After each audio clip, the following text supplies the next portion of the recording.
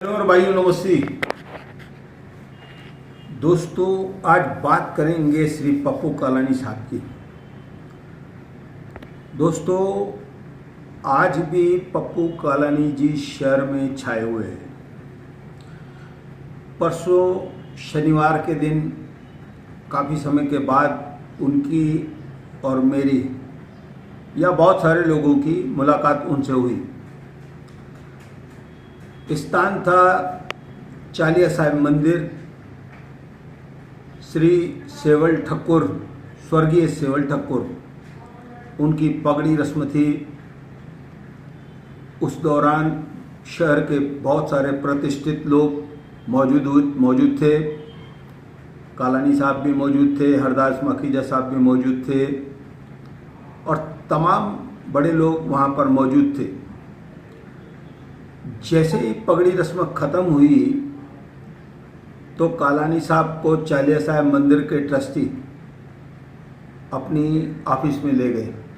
वहाँ पर हरदास माखीजा जी, पप्पू कालानी साहब, हरदास माखीजा जी और हम लोग भी काफ़ी लोग बैठे थे।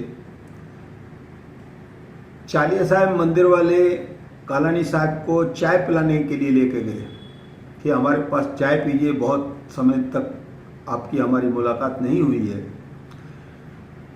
वहाँ पर काफ़ी देर तक चर्चाएं हुई इधर उधर की। कोई राजनीतिक चर्चा नहीं थी। जब बाहर निकले, दोस्तों मीना सोंडे भी थी वहाँ पर, जब बाहर निकले वहाँ से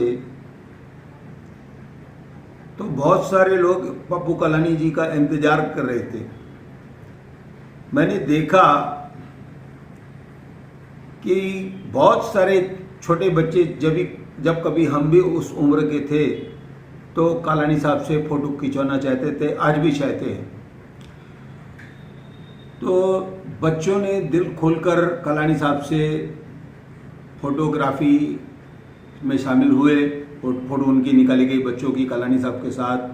कई लोग, बड़े लोग भी थे जो फ़ोटो निकालना चाहते थे। कालानी साहब ने किसी को मना नहीं किया। जब वो बाहर निकले तो करीबन 100 लोग उनका इंतजार कर रहे थे, उनके पैर छू रहे थे, उनके गले मिल रहे थे। तो इस बात को देखकर मैंने समझा कि आज भी कालानी साहब बाजार में नेतागिरी में नंबर 1 पर हैं। दोस्तों, मैंने बहुत सारे नेता देखे, उनमें सबसे बड़ी खामी मैं ये देखता हूं कि वो किसी से मिलना नहीं चाहते। किस तरह से मिला जाए, लोगों से नहीं मिलते हैं। कालानी साहब छोटे से छोटे बच्चे से भी मिलना चाहते हैं, ये फर्क है। कालानी साहब काम करे नहीं करे, लेकिन कालानी साहब की एक झलक पाने के लिए भी लोग आगे आ जाते हैं। दोस्तों, आज मैं एक बात बताऊंगा। कई साल पहले मैं एक शहर के बड़े नेता से हाथ मिलाने गया। शायद मेरी गलती थी, इतना सा हाथ मिलाया मेरे साथ, इतना सा ऐसा करके मिलाया। भैया शायद मैं उनको अच्छा नहीं लगा। उसके बाद मैं एक बार शहर के दूसरे नंबर के नेता के पास गया इंटरव्यू लेने के लिए। लोग हमें पहचानते नहीं हैं, हम ज़्यादा जाते नहीं हैं। नेताजी ने इंटरव्यू देने से पहले उनके जो बहुत सारे लोग बैठे थे वो हमसे पूछने लगे, आपका कौन सा चैनल है, आप कहाँ करते हैं, क्या करते हैं, कैसे करते हैं।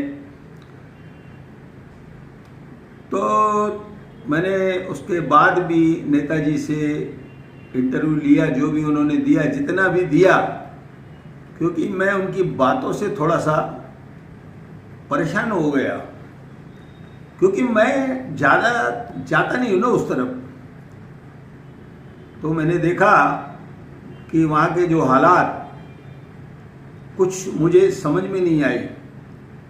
तो कुल मिलाकर आज भी कालानी साहब छाए हुए हैं। कल रविवार के दिन अजीत पवार साहब आए, उनके रिसोर्ट पर खेमानी पर आए। बड़ा गर्मजोशी से उनका स्वागत हुआ। कार्यकर्ता बहुत सारे आगे थे जिन्होंने उनसे मिलने की इच्छा जाहिर की, जो उनसे मिल रहे थे। तो दोस्तों, कुल मिलाकर